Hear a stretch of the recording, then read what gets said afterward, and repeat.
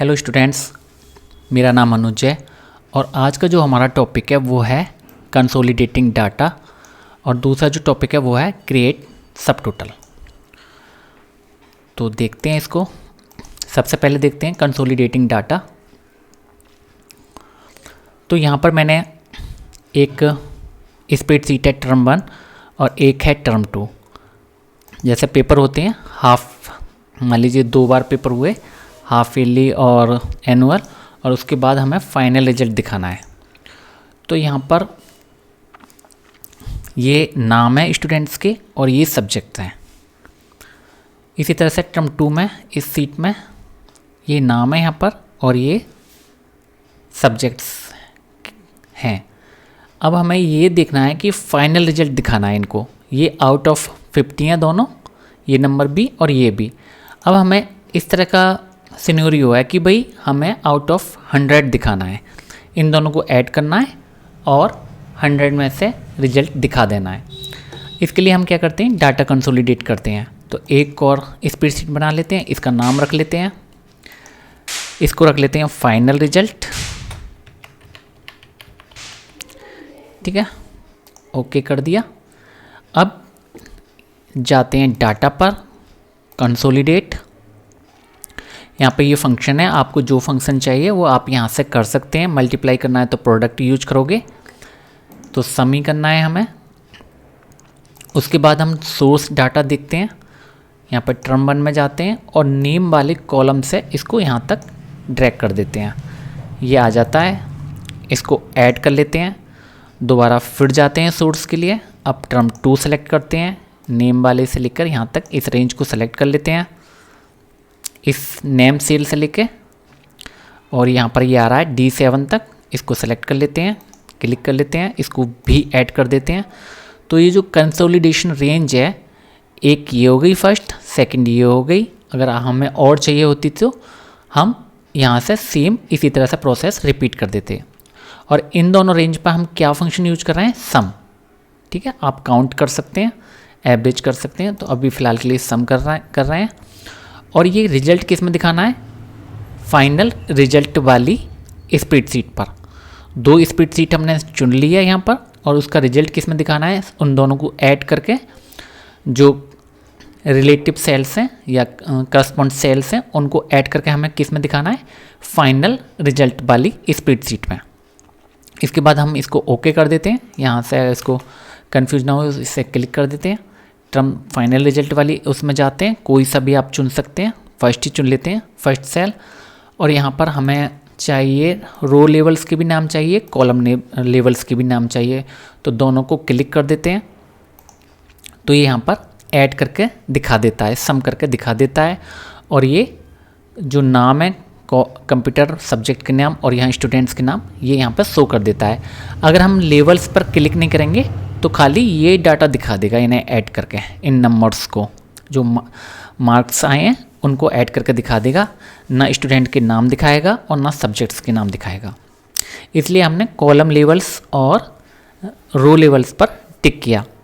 और उसमें एक हमने छोड़ दिया था ऑप्शन में, लिंक टू सोर्स डाटा। अब आप जैसे मैं इसको करूँगा तो आप देखेंगे क्या आएगा कि ये जो सोर्स डाटा भी दिखाने लगा। जैसे कि अनुज जो स्टूडेंट्स हैं उसकी टर्म 1 में 42 हैं, टर्म 2 में 35 है, तो टोटल इसने 77 कर लिया। तो लिंक टू सोर्स डाटा का ये फ़ायदा है कि वो सोर्स और दिखाने लगता है कि सोर्स में क्या क्या है।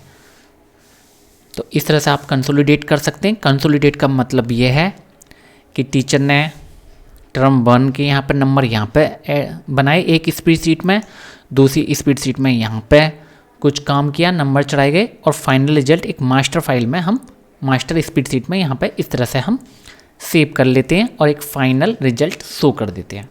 तो कंसोलिडेट डाटा का यही मतलब होता है कि 2 स्प्रेडशीट का फाइनल रिजल्ट किसी तीसरी स्प्रेडशीट में दिखा देना। तो ये कंसोलिडेट का कॉन्सेप्ट था। अब हम देखते हैं सब टोटल्स वाला। उसके लिए मैंने पहले से डाटा सेव किया हुआ है ताकि वीडियो ज़्यादा लंबी ना हो जाए। तो जैसे पुराना हमारा डाटा कंसोलिडेट था तो हमने टर्म 1 और टर्म सेकंड के नंबर शो किए थे। अब यहाँ पे हम यहाँ पे भी ऐसे कर सकते हैं। तो इसके लिए हम क्या करना पड़ेगा, हमें यहाँ इतना सेलेक्ट कर लेते हैं, सब टोटल करके भी। वहाँ पे तो हमारी 2 सीट थी, यहाँ पे हम एक ही सीट में सारा काम कर रहे हैं। तो हम डाटा में जाते हैं, उसके बाद पहले इसको सेलेक्ट करना बहुत ज़रूरी है। अगर आपने सेलेक्ट नहीं किया तो ये ऑप्शन नहीं आएंगे आपको, ना ही वो अप्लाई कुछ भी कर पाओगे।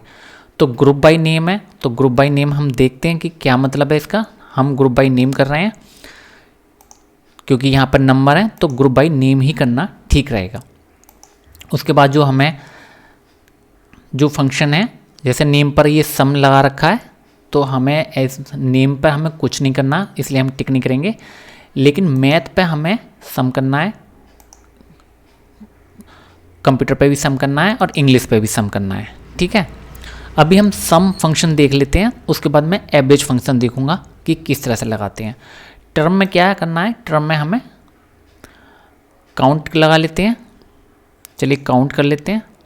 तो आपको कैसे करना है किसी फंक्शन को, ठीक है, ये फील्ड चुनना है और उसके बाद सामने उसका फंक्शन यहाँ पे क्लिक कर देना है। तो देखते हैं कि क्या रिजल्ट आता है इसका। नॉट पॉसिबल बता रहा है ये।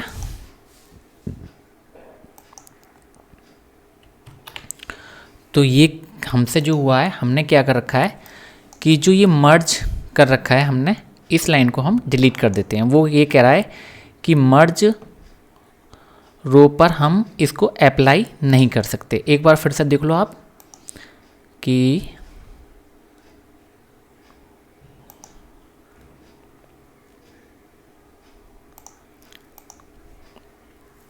थोड़ा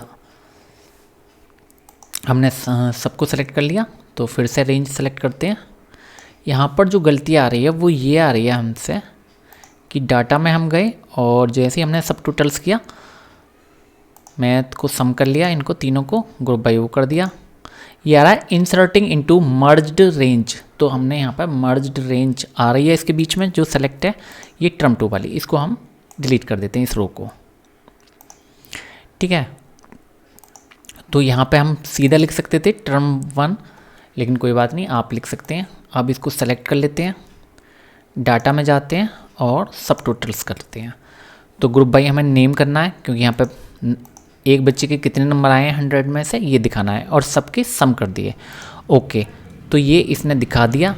हमने नेम पर जो ये कॉलम है, इस फील्ड पर हमने कोई भी फंक्शन अप्लाई नहीं किया है, ना हमने टर्म पे किया है, मैथ पे हमने सम यूज किया है। ये हर फील्ड पे अलग अलग फंक्शन हमें सेलेक्ट करना होता है। बाय डिफ़ॉल्ट सब पर सम हो जाता है। तो इस तरह से ये दिखा रहा है। क्या दिखा रहा है ये, इस रिजल्ट को आप समझ लीजिए कि 39 + 49, तो यहाँ पे सम हो रहा है तो 88। ये क्या है, ये जितने भी 88 + 70 + 76 + 82, तो ये हो गया 316, यानी ये सब की टोटल करके भी दिखा रहा है। तो ये तो था सम फंक्शन। अब हम देखते हैं एक बार एवरेज फंक्शन। तो हम एक काम करते हैं कि इस पर टर्म पर काउंट यूज करते हैं, इस पर सम यूज कर लेते हैं, इस पर एवरेज, और इस पर कोई और फंक्शन यूज कर लेते हैं। तीनों पर अलग अलग यूज करते थे।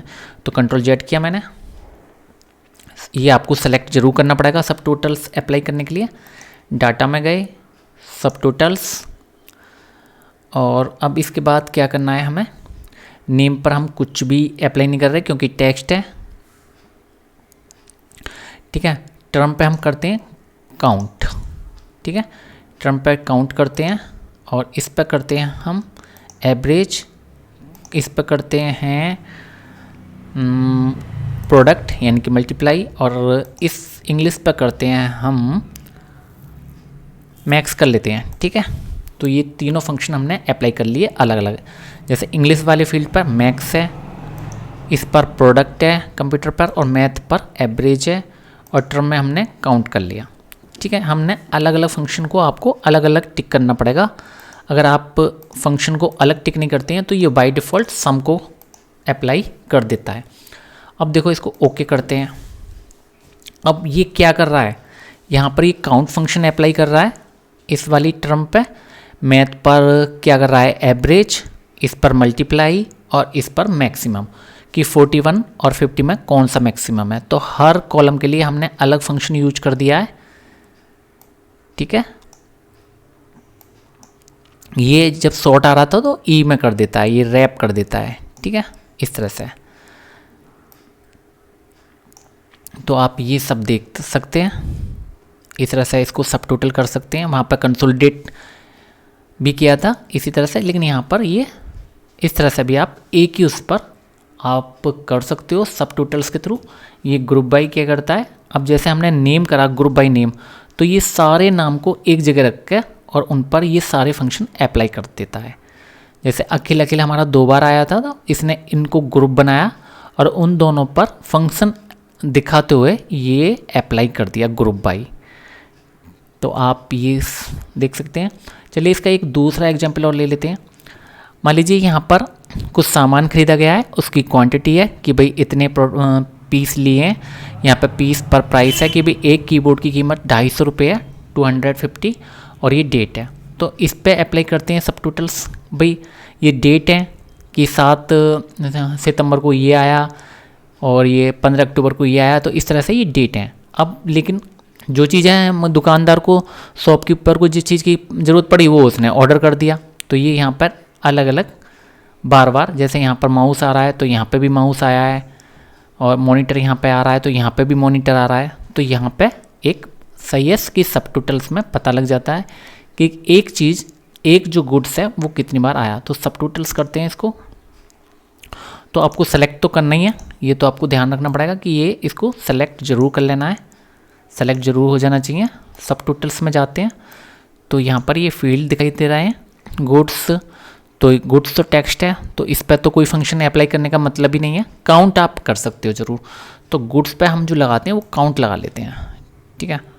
गुड्स पे जो हम लगाते हैं वो काउंट लगा लेते हैं, और क्वालिटी पे हम लगाते हैं सम, ठीक है, सम लगा लेते हैं क्वालिटी पे, ठीक है, सम लगा लेते हैं। और प्राइस पर भी सम लगाना चाहिए। चलिए एवरेज लगा लेते हैं कि एवरेज क्या पड़ा। एक भाई 2-3 बार इन्होंने ऑर्डर किया तो एवरेज प्राइस निकाल लेते हैं। और डेट को हम कुछ नहीं करते क्योंकि डेट को तो शो भी नहीं करना, ठीक है। तो ग्रुप बाई गुड्स कर रहे हैं, तो यहाँ पे देखिए, यहाँ पे इसने ये आउटपुट दे दिया। तो ग्रुप बाई गुड्स किया तो इसने क्या किया, कीबोर्ड को एक जगह रख दिया, मॉनिटर को एक जगह दे दिया, इसको काउंट कराया। तो काउंट क्या है, यानी कि 3 बार ऑर्डर आए हैं, ये 3 बार ऑर्डर किया है कीबोर्ड का, तो ये दिखा दिया। 2 बार मॉनिटर का किया है, 3 बार पेन ड्राइव का किया है, माउस का 2 बार। यहाँ पे इसने सबका सम कर दिया, अपने आप ऑटोमेटिक सम कर देता है सबका। तो हमने क्वांटिटी पे ऐड सम फंक्शन यूज किया था, इस पर एवरेज। तो कीबोर्ड का एवरेज क्या पड़ा, एक कीबोर्ड का प्राइस एवरेज 283, ठीक है। तो ये इस तरह से आप शो कर सकते हैं सब टोटल्स में। ग्रुप बाई क्या करता है, एक आइटम को एक जगह रखता है ये, और उनके ऊपर फंक्शन अप्लाई कर देता है। जैसे यहाँ पर कीबोर्ड को उसने एक जगह रखा, यहाँ पर एक जगह रखा इनका डाटा, और जो हमने फंक्शन यूज किया वो इन 3 जो डाटा है उस पर अप्लाई कर दिया। जैसे हमने इस पर क्या यूज किया, क्वांटिटी पर सम, तो इसने क्या किया 25 + 30 + 30 = 85। यहाँ पे इसने क्या किया, इन तीनों को जोड़ के डिवाइड बाई 3 कर दिया, इन तीनों का ऐड करके, तो ये क्या निकल आया एवरेज। तो ये क्या करता है, एक जगह रखता है ग्रुप बाई वाली चीज़ों को। जैसे हमने ग्रुप बाई गुड्स किया तो वो क्या करेगा, एक जगह रख देगा और उन पे हमारे फंक्शन अप्लाई कर देगा। ये होता है ग्रुप बाई। तो स्टूडेंट्स, मुझे उम्मीद है कि आपको टॉपिक समझ में आ गए होंगे, लेकिन इसके बावजूद भी अगर कोई आपका सवाल है तो आप मुझे कमेंट सेक्शन में बता सकते हैं। Thank you.